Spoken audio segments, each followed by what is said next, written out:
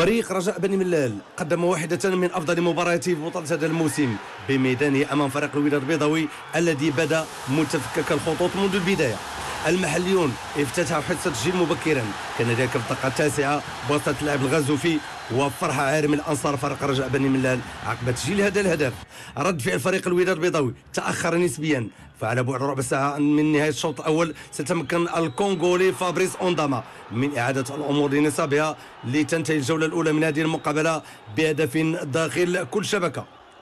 في الجولة الثانية انتظر الجمهور الحاضر تحسن أداء الفريق الزائر الوداد البيضاوي، لكن العكس هو الصحيح، فتوالت هجمات فريق رجاء بني ملال التي أثمرت هدفا ثانيا وسط جواج عزيز، كان ذلك في الدقيقة 84 مستغلا فراغات مهولة في دفاع فريق الوداد البيضاوي.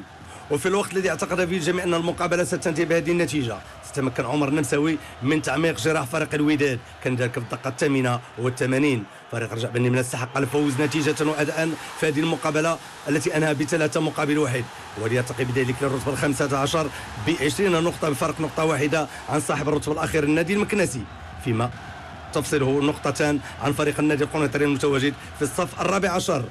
فريق الوداد البيضاوي عقب هذه الهزيمة تجمد رصيده ب 42 نقطة في الصف الثالث بفارق 7 نقاط مقدمة.